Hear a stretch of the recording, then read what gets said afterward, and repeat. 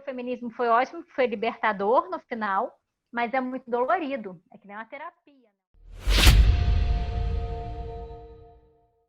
Porque quando você desumaniza, você não vê o outro como um sujeito merecedor de direito, de respeito, de atenção. E aí as mulheres são objetificadas, são tratadas como um objeto.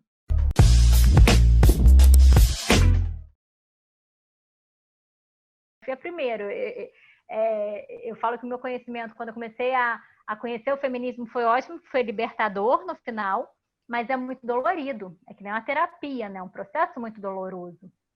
E quando eu comecei a observar esses problemas da pornografia, esses impactos da pornografia, eu falei, gente, mas eu gostei da pornografia há tanto tempo. Eu lembro que eu dava conselhos para amigas minhas, quando elas falavam que estavam com não com tesão, com namorado, eu falava, assiste um pornozinho junto com ele, sabe? E hoje eu observo como é que jamais, se eu entendesse, né, o que está por trás da pornografia naquela época, isso não seria uma dica que eu daria. Hoje não dou.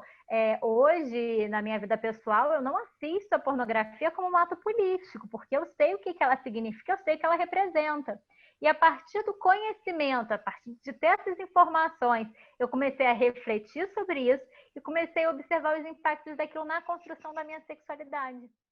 E eu achava que nunca que pornografia era liberdade sexual, que a pornografia era maravilhoso, que a pornografia era libertador, que as mulheres precisavam ter uma relação com o próprio corpo. E aí eu comecei a estudar pornografia.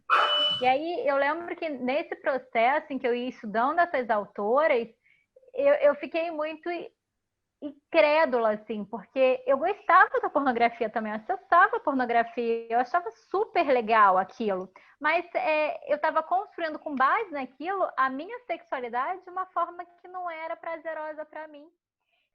Então, eu tenho algumas questões ainda talvez não tão bem resolvidas com relação a esse ponto, porque, em primeiro lugar, eu acredito que não exista problemas em demonstrar, em exibir relações sexuais.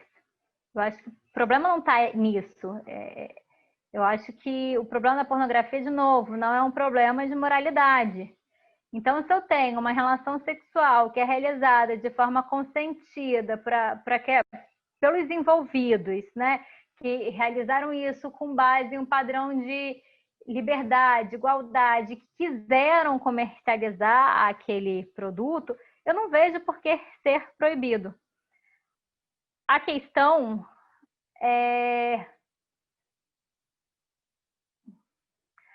quando a gente está falando de uma pornografia tradicional ou uma pornografia patriarcal, é que essa pornografia ela é produzida sempre com base em estereótipos de gênero específicos. E aí a gente vai ter sempre a mulher em um determinado papel social e o homem em outro, demonstrando essa distinção, essa dicotomia da sociedade, né? Essa construção binária. A gente, dentro do feminismo, fala que existe uma construção binária da sociedade, que a sociedade patriarcal se vale, em que tudo é dividido em dois polos, né? Positivo, negativo, público, privado, úmido, seco, enfim. E tudo que é positivo é atribuído aos homens, tudo que é negativo é atribuído às mulheres. E a pornografia intensifica essa bipolaridade, botando as mulheres na inferioridade, os homens em papel de superioridade. O problema desse discurso pornográfico tradicional, além dele gerar violência concreta, não só a violência física, né? Ele gera também essa violência psicológica, de mostrar o patamar que cada um está, de gerar essa submissão da mulher e mostrar apenas uma possibilidade sexual, que é a mulher sendo submissa.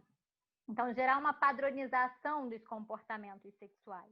E aí também existem pesquisas que demonstram que muitas mulheres que foram estupradas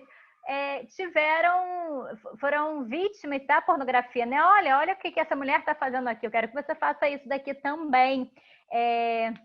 Então a gente observa como é que a pornografia ela é também utilizada como uma forma abusiva de exigir o comportamento sexual, determinado comportamento sexual, por parte de mulheres que são mulheres, digamos assim, reais, né? Porque às vezes a gente tem aquela distinção, a atriz pornográfica não é uma mulher real, é uma mulher real também, né?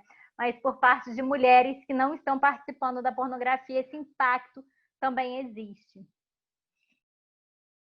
Então, na verdade, eu não tenho uma censura quando eu regulo a pornografia ou quando eu tutelo a pornografia. O que eu tenho é que eu vou diminuir o discurso do poder, que é um discurso que a gente escuta sempre, e vou ampliar o discurso daquelas pessoas que são sistematicamente violentadas e silenciadas. E tem também um outro segmento que eu acho que é importante a gente falar, porque se pornografia tem um componente da pobreza na pornografia muito importante. Mulheres que são pobres, são vulneráveis, escolhem a pornografia como uma saída para a vida delas. Existe também uma parcela de mulheres que não precisa da pornografia e que escolhe estar na pornografia por vontade própria. Por exemplo, as prostitutas de luxo, né? Aí eu acho que já tem um outro fator, que é um fator diferenciado. Elas estão ali, estão ganhando um dinheiro que as prostitutas normais não ganham, e elas podem sair daquela situação quando elas querem. Então, existe ali realmente consentimento. Eu acho que essa relação de poder, ela gera impactos muito significativos. A mulher pode fazer isso com o corpo dela se ela está livre, está consentido? Pode. A grande questão, e aí é a minha visão, pode, eu posso. Se eu estou tutelando meu corpo, eu quero poder fazer o que eu quiser com ele, não é isso? Agora, o que a gente observa é que essas meninas, essas mulheres, participam dessas práticas porque elas não têm outras condições de vida. E aí tem uma doutrinadora, se eu não me engano é a Caitlin Belry, que, deixa eu ver aqui para não estar falando o nome da doutrinadora errada, a Caitlin Belry, que está nesse movimento anti-pornografia, ela traz uma definição do que seja escravidão sexual feminina. E ela fala que escravidão sexual feminina é uma política sexual realizada de uma forma extrema, que é definida como situações nas quais a mulher ou a menina não consegue mudar as condições imediatas da sua existência, independentemente de como elas chegaram a essa situação. E elas não conseguem sair do lugar onde elas estão sendo submetidas à violência e exploração sexual. E aí essa autora ela vai falar que a escravidão sexual é definida por dois elementos. Primeiro, não poder sair dessa situação no qual ela está vivendo, não poder escapar, não poder abandonar essa situação. E segundo, estar submetida a uma situação de violência, entendida como maus tratos, como violações e explorações sexuais. E aí a pornografia ela gera isso, ela coloca a mulher em uma situação de escravidão sexual, porque a mulher não consegue mudar a condição de vida. Se você pergunta para vocês vão fazer entrevistas com atrizes pornográficas, né? Se você pergunta para a atriz pornográfica, grande parte delas, né? Você fala, olha, sei lá, você pode, se te oferecerem para ganhar a mesma coisa que você ganha realizando esse trabalho, sem que ter exploração do seu corpo, sei lá, você pode fazer o mesmo trabalho, mas com a publicidade de determinados produtos, que você tem também uma determinada visibilidade, porque tem muitas atrizes tem muitas meninas que entram nesse ambiente querendo o glamour do ambiente, né? Mas ok, você vai ter a mesma visibilidade, mas você não vai precisar comercializar a sua sexualidade, vai ganhar a mesma coisa, você quer? Ela provavelmente vai aceitar. Porque ela está naquela condição, porque ela não tem outra forma de ganhar aqueles mesmos rendimentos, e aí ela não consegue mudar a sua situação de vida. Então, você observa que a questão do consentimento, na verdade, não é um consentimento pautado em liberdade. Quando você dá um consentimento, você tem que ter opções de escolha. Elas não têm. As opções de escolha são muito restritas. A pornografia transforma as mulheres em objetos que só existem dentro da sua sexualidade. E é por isso que é tão comum, por exemplo, para a gente observar como é que a nossa cultura ela é pornificada. É muito comum quando a mulher ela é vítima de estupro perguntarem: mas o que você estava usando? Você provocou, não provocou? Lógico que você provocou a sua agressão porque você é um objeto sexual, você só existe nesse contexto, então você quer ser usada, por mais que você não saiba. Então existe aí uma conexão e uma conexão muito sensível, né, muito simbólica da pornografia com a construção da cultura e com a construção da visão da mulher que nós temos na sociedade. E essa objetificação sexual é uma forma central, é um mecanismo central de nos manter subordinadas, de nos manter inferiorizadas. Olha, ser humano, qualquer ser humano, tem duas características essenciais. A primeira é a reação à dor, ou seja, eu reajo quando eu sinto dor. E a segunda é o autorrespeito, ou seja, eu não quero ser chamada de formas pejorativas, né? Eu tenho autorrespeito pela minha imagem. Então, autorrespeito e a reação à dor são duas características que mostram, que humanificam a pessoa. E essas duas características são retiradas pela pornografia. Na pornografia, a mulher ela não tem autorrespeito. A pornografia retira o autorrespeito das mulheres. Porque nos materiais pornográficos, as mulheres elas pedem e gostam, pelo menos demonstram gostar, de serem chamadas pelas formas mais pejorativas possíveis. Ou seja, elas gostam de serem chamadas de piranhas, vagabundas, cachorras, putas, que são palavras pejorativas. Então, a sexualidade da mulher é mostrada de uma forma pejorativa, de uma forma negativa. Então, ela não tem autorrespeito. No segundo momento, a mulher ela não tem reação à dor. Muitas vezes, materiais pornográficos colocam mulheres em situações sexuais doloridas, né? Mulheres apanham, e aí os dados são absurdos, né?